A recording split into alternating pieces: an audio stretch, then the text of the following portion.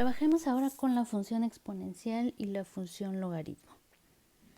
Entonces, primero veamos sus gráficas, las vimos en clase, pero ahora vamos a trabajar un poco con ellas. Yo les comentaba que las mismas reglas de traslación que habíamos visto para las funciones básicas se pueden aplicar a cualquier otra función, en este caso las exponenciales y las logarítmicas.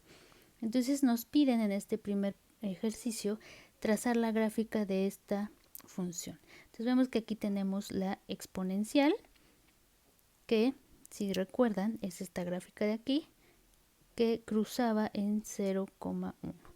Pero la tenemos multiplicada por un signo negativo. Entonces esta función se va a reflejar respecto a x y ahora va a ir hacia abajo, que es esta de aquí. Finalmente tenemos una suma, le estamos añadiendo un 9 que es positivo, entonces vamos a tener una traslación vertical de 9 unidades y entonces la gráfica de esa función va a ser esta de aquí. ¿Okay? Entonces fíjense cómo las mismas reglas se cumplen para cualquier función que tengamos. Ahora, nos piden determinar si las funciones son pares, impares o ninguna de las dos. Entonces, todos los conceptos que hemos visto para funciones se aplican para cualquiera, ¿sale? Función exponencial, función logarítmica, funciones definidas por trozos, cualquiera. Entonces, lo que tenemos que hacer ahora es ver si son pares o si son impares. Vamos a empezar con esta, que es la función exponencial elevada a la x cuadrada. Y entonces lo único que tenemos que hacer, recuerden, es sustituir en menos x y ver qué nos da. Si nos da lo mismo, si nos da la función con el signo cambiado o si nos da algo completamente diferente. Y entonces, donde yo veo x, sustituyo menos x.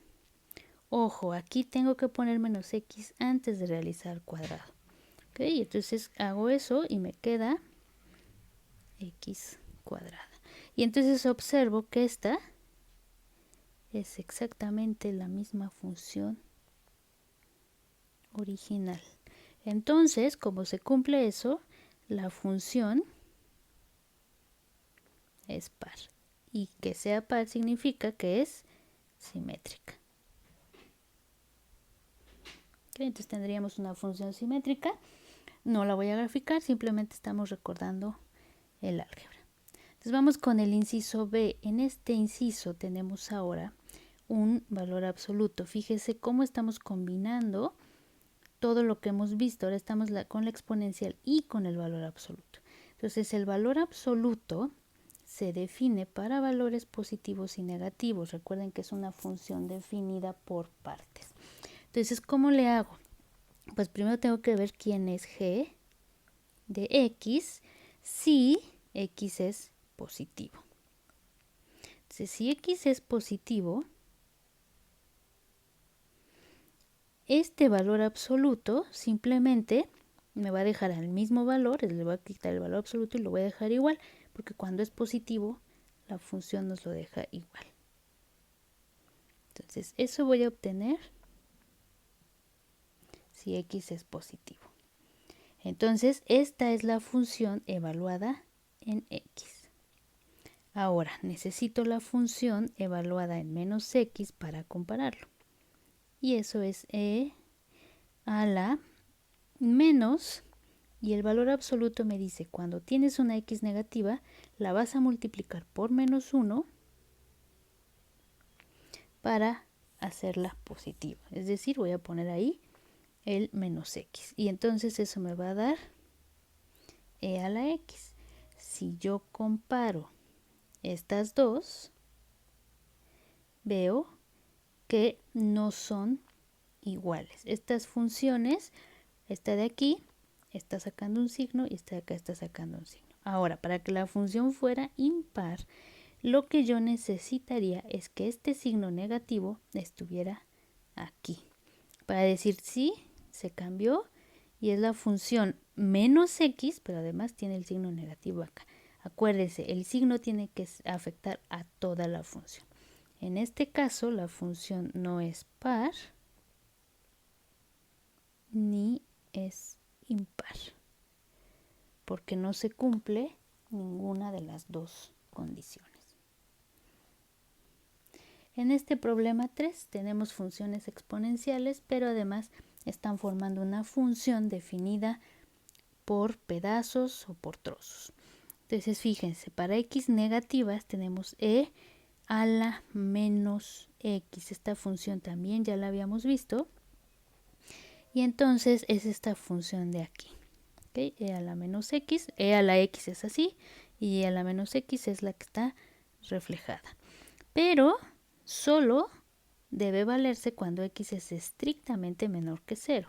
Es decir, de aquí hacia la izquierda, que es la parte que estoy poniendo que corresponde solo a este tramo. Y después viene e elevada a la x más 2. Fíjense cómo este más 2 está en el argumento. Entonces es la e a la x desplazada 2 unidades hacia la izquierda. Entonces lo que vamos a tener es esta, que es e a la x, que en vez de cruzar por 0, 1, cruza por menos 2, 1, porque está desplazada. Y esta solo se vale cuando x es mayor o igual que 0, es decir, desde aquí hacia infinito. Entonces la única parte con la que nos vamos a quedar es esta de aquí y todo este pedazo lo vamos a quitar. Y entonces mi función definida por partes es esta y esta. Ahora, en esta parte sí permite la igualdad, entonces nos convendría ponerle aquí un circulito de que ahí es donde está considerándose el valor y aquí no. ¿Ok? Entonces, fíjense, se trazan igual, solamente hay que considerar los intervalos. Traza las siguientes funciones logarítmicas. Ahora pasamos de la exponencial al logaritmo. Les estoy poniendo exponenciales y logaritmos naturales porque en este curso son con las que vamos a trabajar muchísimo más. Entonces necesito que tengan soltura en sus gráficas y en la parte algebraica. Entonces vamos a empezar con la primera. El logaritmo natural de x, que ya lo habíamos visto, es la inversa de la exponencial y entonces ahora en vez de pasar por 0,1 pasa por 1,0. Tiene este comportamiento y lo único que está haciendo esta función es trasladarla en el eje de las y hacia abajo, porque estamos sumando, en este caso restando, a toda la función completa. Entonces la que vamos a tener es esta verdecita de acá, que si se fijan está desplazada una unidad hacia abajo y es esta de aquí. ¿Sale? Ahora el inciso B. Fíjense cómo aquí ya cambió un poquito. Este x menos 2, este menos 2 está restando en el argumento de la función. Entonces esta ya no es una traslación vertical, es una traslación horizontal. Como está restando, la traslación va a ser hacia la derecha. Entonces vamos a tener la función del logaritmo que está desplazada hacia la derecha. Esta es la función original. Esta es la función desplazada hacia la derecha 2 unidades. Si se fijan, aquí tenemos 2 unidades. Es esta de aquí. Y entonces ahora lo que tenemos que hacer es esta contribución de aquí, que como este sí se está sumando a toda la función, va a ser un desplazamiento vertical hacia arriba. Entonces vamos a tener que esta se va una unidad hacia arriba, que es esta anaranjada de aquí. Fíjense cómo está incrementando una unidad. En estos se alcanza todavía a ver, aquí es más difícil apreciar, por eso puse a las dos para que vean que se está aumentando una unidad en este punto que es muy característico, ¿no? Y entonces nuestra función, nuestra gráfica final sería esta de aquí. Ahora, aplica las leyes de los logaritmos, de modo que la función logaritmo, o sea, una vez que yo a esta función le aplico el logaritmo, no contenga productos, cocientes ni potencias. Entonces esto es lo que yo les comentaba que nos sirve mucho, sobre todo en derivada. Si tenemos que calcular la derivada de esto va a ser muchísimo trabajo. Pero si podemos utilizar los logaritmos se nos va a simplificar. Entonces vamos a ver qué hacemos. Lo primero que tengo que hacer es aplicarle la función logaritmo a y. Y eso implica aplicarle el logaritmo a todo este cociente.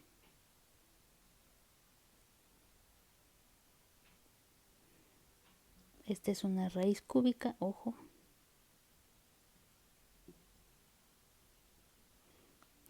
Ahora, sabemos que si tenemos un cociente dentro de un logaritmo, esto va a ser la resta de los logaritmos, la resta del logaritmo del numerador menos el logaritmo del denominador. Y entonces eso me va a quedar como el logaritmo de x a la 10 por x cuadrada más 5 menos el logaritmo de la raíz cúbica de 8x cúbica más 2. Ahora me fijo en este primer término y lo que veo es que tengo un producto. Entonces el logaritmo de un producto es la suma de los logaritmos. Entonces eso me va a dar el logaritmo de x a la 10 más el logaritmo de x cuadrada más 5, la raíz, menos el logaritmo de la raíz cúbica de 8x cúbica más 2. Ok. Entonces nos piden que no tenga productos, cocientes ni potencias. Entonces ya no tiene productos, ya no tiene cocientes, pero sí tiene potencias. Entonces acordémonos. ¿Qué hacemos con las potencias? Las bajamos como una constante. Ahora. Ay, se me volvió loco. Entonces fíjense, ya tenemos esta parte, pero tenemos que quitar las potencias. Este de aquí es una potencia. Yo les había dicho que la raíz cuadrada de un número es igual a elevar ese número a la 1/2. Entonces todas estas son potencias 1/2. Ahora esta, que es una raíz cúbica, es lo mismo que elevar el número a la 1/3. Entonces aquí tengo una potencia, aquí tengo una potencia y aquí tengo una potencia. Entonces todavía no termino y ahora tengo que escribir este bajo el 10 y luego me queda el logaritmo natural de x. Aquí ya acabé. Más la raíz cuadrada es 1/2. Entonces voy a tener 1/2 del logaritmo natural de x cuadrada más 5. Y luego voy a tener menos 1/3, porque esa es una raíz cúbica, de el logaritmo, quitarle aquí, 1/3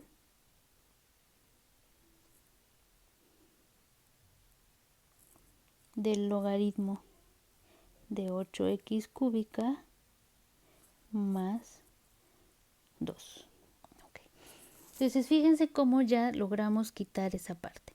Ahora aquí me podrían decir todavía tenemos una potencia, pero el problema aquí es que tenemos una suma y no tenemos una forma para separar esta suma de aquí. Tengan mucho cuidado, el logaritmo de una suma no es la suma de los logaritmos, ni tampoco es el producto de los logaritmos. Entonces, en este caso aquí, no podemos separar y no podemos separar, ¿ok? Podríamos hacer más algebrita, pero lo que quiero que vean es cómo quitar estas raíces, que es lo que me interesa más, y cómo bajar este término de aquí, ¿ok? Entonces aquí ya tenemos una suma que es muchísimo más fácil y que cuando veamos derivada vamos a ver que derivar esto nos sale de forma automática y derivar esto es mucho más complicado, ¿ok? Entonces aquí se están aplicando las reglas del logaritmo. Nos piden encontrar el valor de k que resuelve la ecuación. Entonces ya pasamos de tener funciones a tener ecuaciones. Pero me piden que encuentre este valor. Y veo que este valor está como potencia en la función exponencial. Entonces, ¿qué voy a utilizar? Pues voy a utilizar su función inversa. ¿Qué pasa si yo le aplico el logaritmo de los dos lados a esta función?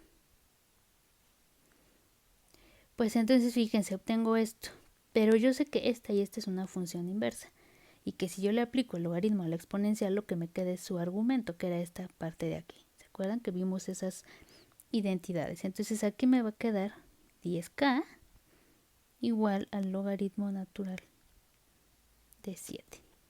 Y ya, entonces k va a ser igual al logaritmo natural de 7 entre 10. Y entonces yo ya resolví mi ecuación para acá. Y finalmente esta. En esta tenemos una ecuación que es un poco más complicada y nos piden resolver, es decir, encontrar el valor de x que satisface esto. La ventaja es que tenemos logaritmos aquí. Entonces fíjense, aquí tenemos la suma de un logaritmo, de dos logaritmos, y eso sabemos que lo podemos expresar como el logaritmo del producto. Y eso es igual al logaritmo de 2x más 5. Voy a simplificar de este lado, tendríamos 8x menos 2 igual al logaritmo de 2x más 5. Ahora, para que estos dos logaritmos sean iguales, para que esto sea una igualdad, entonces lo que está aquí adentro tiene que ser lo que está aquí. Porque no podría obtener dos valores iguales siendo que estoy calculando para un número diferente. Entonces, se tiene que cumplir esto. Y entonces tengo una ecuación lineal muy sencilla que puedo resolver.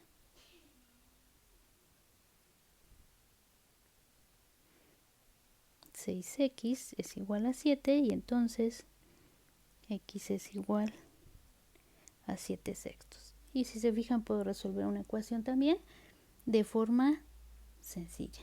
¿Okay?